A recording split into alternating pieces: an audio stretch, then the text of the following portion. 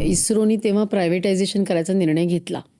Privatisation असं मी म्हणणार नाही. आत्ता जे प्रायव्हेटायझेशनचा जो आपला कन्सेप्ट आहे तो, आणि त्यावेळेला फक्त इन्व्हॉल्व करायचं आणि इस्रोच्या गायडन्समध्ये या इंडस्ट्रीजने काम करायचं.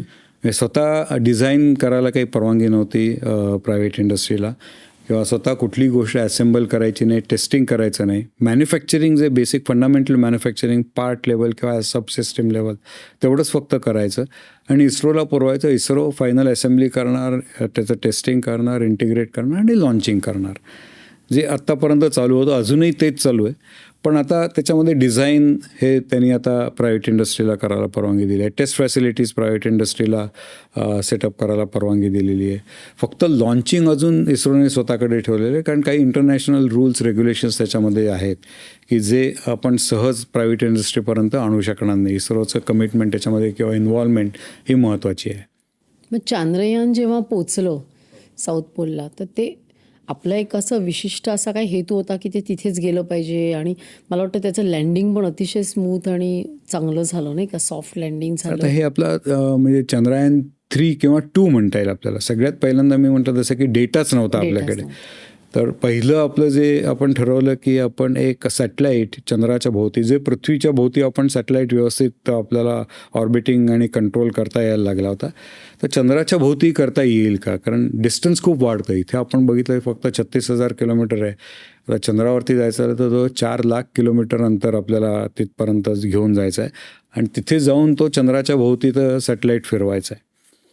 तर डायरेक्टली लँडिंगच्या ऐवजी पहिलं जे आपण मिशन केलं की त्याच्यामध्ये फक्त एक सॅटेलाईट आपण घेऊन गेलो आणि चंद्राच्या भोवती तो 200 किलोमीटरवरती फिरवला, आणि त्यांनी जेवढी जास्तीत जास्त चंद्राचं मॅपिंग करता येईल आपल्याला, आणि तिकडे जे काही सेन्सर्स किंवा जे काही प्रोब्स आपण त्या 200 किलोमीटरवरनं चंद्रावरती फोकस करू शकलो, त्याच्यावरनं तिकडचं तापमान म्हणा किंवा बाकीचं काही म्हणजे खनिज संपत्ती किंवा तिकडचं हे काय आहे त्याचं आपण सगळं सर्वेक्षण केलं. दुसरा जेव्हा आपण प्रयत्न केला त्यावेळेला आपण त्याच्यामध्ये रोवर लँडर रशियाच्या हेल्पने आपण तो बनवला होता की जो ॲक्च्युली चंद्रावरती जाऊन सॉफ्ट लँडिंग करेल, आणि रोवर जो एक साधारण 100 मीटर अंतरावरती फिरून तिकडे फिजिकल सॅम्पल्स कलेक्ट करेल आणि त्याचा ॲनालिसिस करून आपल्याला देईल. जे 200 किलोमीटरवरनं बघितलं ते आता ॲक्च्युली आपण त्या मातीपर्यंत जाऊन पोचणार आहोत, आणखीन तिकडचा टेरेन जास्त जवळनं बघणार आहोत. पण ते करताना आपल्याकडे बेसिक डेटा होता, पण जो डेटा शेवटच्या 10 मीटर किंवा 100 मीटरपासून जो लागतो सॉफ्ट लँडिंगसाठी, तो कदाचित आपल्याला ज्या पद्धतीने आपण विचार केला होता किंवा अझम्पशन्स केली होती ती चुकली असतील आपली, आणि त्याच्यामुळे जे आपला पहिला अटेम्प्ट जो होता तो सॉफ्ट लँडिंगच्या ऐवजी हार्ड लँडिंग झाला, आणि तो आपला सगळा जो रोवर होता तो क्रश झाला तिथे. पण त्या ह्याच्यामध्ये एवढा डेटा कलेक्ट केला आपण, आणि तो रोवर जरी क्रश झाला तरी काही सेन्सर्स त्याच्यावरती जे होते ते ऑपरेशनल होते, आणि ते जो आपला पहिल्या मिशनचा सॅटेलाईट होता त्याबरोबर कम्युनिकेट करून आपल्याकडे जो मिसिंग डेटा होता किंवा जी ॲझम्पशन्स होती ती व्हॅलिडेट झाली. मिसिंग डेटा मिळाला जो बाकी कुठलेही देश देणार नाही, मी म्हटलं तसं.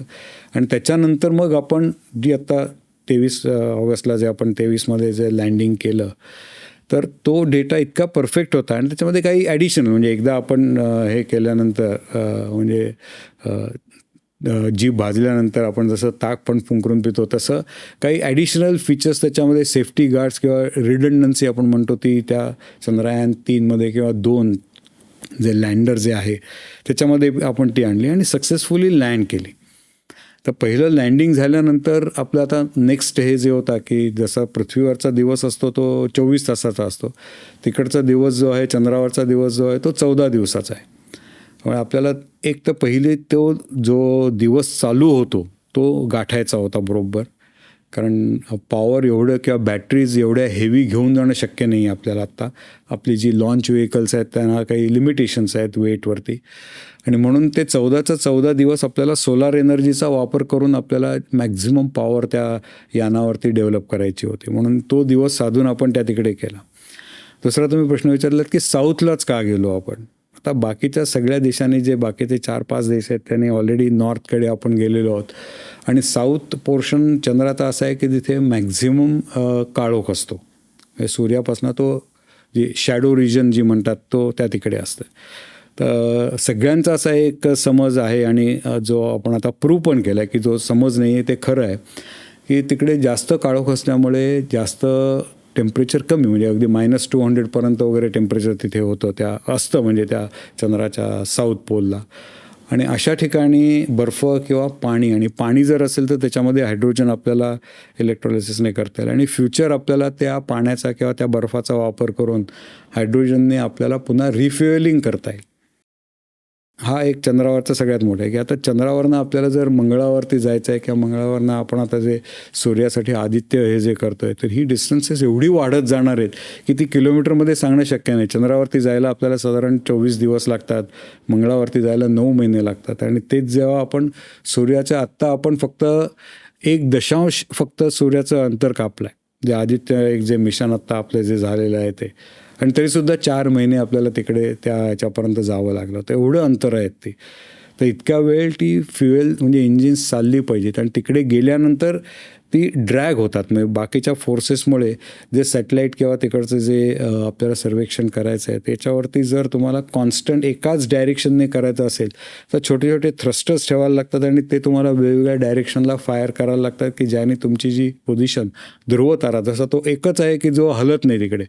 तर that is the ideal spot, की आपण जर ध्रुवावरती जर जाऊ शकलो तर आपल्याला पूर्ण जगाचं निरीक्षण जे करता येईल ते कधीच आपल्याला चुकणार नाही, कारण तो रेफरन्स पॉईंट इतका पक्का आहे की तो रेफरन्स पॉईंटच हलणार नाही. पण ते शक्य आहे का? आज नाही, पुढच्या 20 वर्षात 50 वर्षात हे शक्य आहे. ही क्लिप शेवटपर्यंत बघितल्याबद्दल खूप खूप धन्यवाद. संपूर्ण एपिसोड बघण्यासाठी खाली दिलेल्या लिंकवर क्लिक करा आणि सर्व काही चॅनलला सबस्क्राईब करायला विसरू नका.